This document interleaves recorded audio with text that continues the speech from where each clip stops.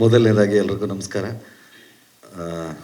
ವೇದಿಕೆ ಮೇಲೆ ಇರೋರಿಗೆಲ್ರಿಗೂ ನಮಸ್ಕರಿಸ್ತಾ, ತುಂಬ ದಿನ ಆಗಿದೆ ಮಾತಾಡಿ, ಹಂಗಾಗಿ ಮಾತಾಡೋಕ್ಕೆ ಬರಲ್ಲ, ಮರ್ತೋಗಿದೆ ಎಲ್ಲ. ಮಾರ್ಟಿನ್ ಇದ್ರ ಬಗ್ಗೆ ಕೇಳೋದಾದರೆ ಆಲ್ಮೋಸ್ಟ್ ಇದು ಇಂಡಸ್ಟ್ರಿ ಅವ್ರಿಗಲ್ಲ, ಪಬ್ಲಿಕ್ಕಿಗೂ ಗೊತ್ತು ಇದು ಸಿಕ್ಕಾಪಟ್ಟೆ ಹೈ ಬಜೆಟ್ ಪಿಕ್ಚರು ಅಂತ. ಕಾಮನ್ ಆಗಿ ಎಲ್ಲರೂ ಫಸ್ಟು ಬಜೆಟ್ ಕೇಳಿದ ತಕ್ಷಣ ಅಷ್ಟೊಂದು ಹಾಕವ್ರ ಅಂತಲೇ ಶಾಕ್ ಆಗ್ತಾರೆ.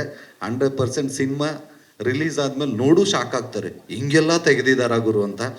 ನಿಜವಾಗ್ಲೂ ಮೇಕಿಂಗು ಇದು ಸುಮ್ಮನೆ ನಾವು ಆ್ಯಕ್ಟ್ ಮಾಡಿದ್ದೀವಿ ಅಂತ ಹೇಳ್ತಿರೋದಲ್ಲ, ನಾನೊಂದಷ್ಟು ವಿಜುವಲ್ಸ್ನ ನೋಡಿದ್ದೀನಿ, ಯಾವ ಹಾಲಿವುಡ್ ಪಿಕ್ಚರ್ಗೂ ಕಡಿಮೆ ಇಲ್ಲ.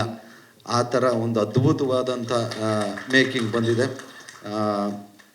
ಅರ್ಜುನ್ ಸರ್ದು ಕತೆ, ನಮ್ಮ AP ಅರ್ಜುನ್ ಅವರು ಡೈರೆಕ್ಟ್ರು, ಹಂಗಾಗಿ ಇದು ಡೈರೆಕ್ಟ್ರು, ನಮ್ಮ ಬ್ರದರ್ ಹೀರೋ ಉದಯ್ ಸರ್, ಎಲ್ಲರ ಕೆರಿಯರಲ್ಲೂ ಇದು ಸಿಕ್ಕಾಪಟ್ಟೆ ಹೈ ಬಜೆಟ್ ಮೂವಿ.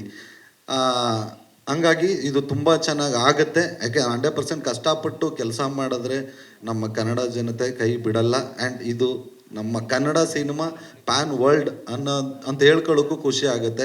ಯಾಕೆಂದರೆ ಎಲ್ಲ ಭಾಷೆಗಳಲ್ಲೂ ಒಳ್ಳೆ ರೆಸ್ಪಾನ್ಸ್ ಸಿಗ್ತಾ ಇದೆ ಅಂತ. ಈಗ ಆಲ್ರೆಡಿ ಒಂದಷ್ಟು ಮುಂಚೆನೇ ಬಿಸ್ನೆಸ್ಗಳಾಗತ್ತಲ್ಲ ಆ ಥರದ್ದು.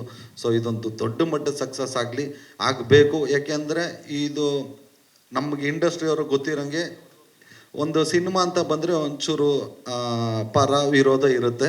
ಬಟ್ ಈ ಸಿನಿಮಾ ಬಗ್ಗೆ ಇಂಡಸ್ಟ್ರಿಯವ್ರು ಎಲ್ಲರೂ ಪರವಾಗಿದ್ದಾರೆ.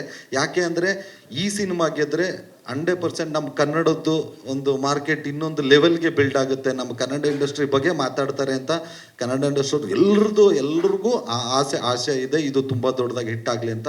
ಖಂಡಿತವಾಗ್ಲೂ ಆಗುತ್ತೆ. ಎಲ್ಲರೂ ಅಕ್ಟೋಬರ್ 11ನೇ ತಾರೀಕು ದಯಮಾಡಿ ಬನ್ನಿ, ಮಾರ್ಟಿನ್ನ ನೋಡಿ. ಖುಷಿ ಆಗ್ತಿದೆ. ಬೇರೆ ಬೇರೆ ಭಾಷೆನಲ್ಲಿ ನಾನು ನೋಡ್ಕೊಂಬೋದು ಹೆಂಗೆ ಕಾಣಿಸ್ತೀನಿ ನಾನು ಯಾಕಂದರೆ ಕನ್ನಡ ಬಿಟ್ಟು ಬೇರೆ ಬರಲ್ಲ. ಅಟ್ಲೀಸ್ಟ್ ಯಾರು ಡಬ್ಬಿಂಗ್ ಮಾಡಿರ್ತಾರಲ್ಲ ಅದರಲ್ಲಿ ನೋಡಿ ಖುಷಿ ಪಡ್ಕೊಳ್ಳೋಣ. ನಂದು ಮೊದಲನೇ ಪಿಕ್ಚರ್ ಇದು, ಬೇರೆ ಭಾಷೆಗಳಲ್ಲಿ ಹೋಗ್ತಿರೋದು. ನಿಮ್ಮ ಸಪೋರ್ಟು ಈ ಸಿನಿಮಾ ಮೇಲೆ ಸದಾ ಹೀಗೆ ಇರಲಿ.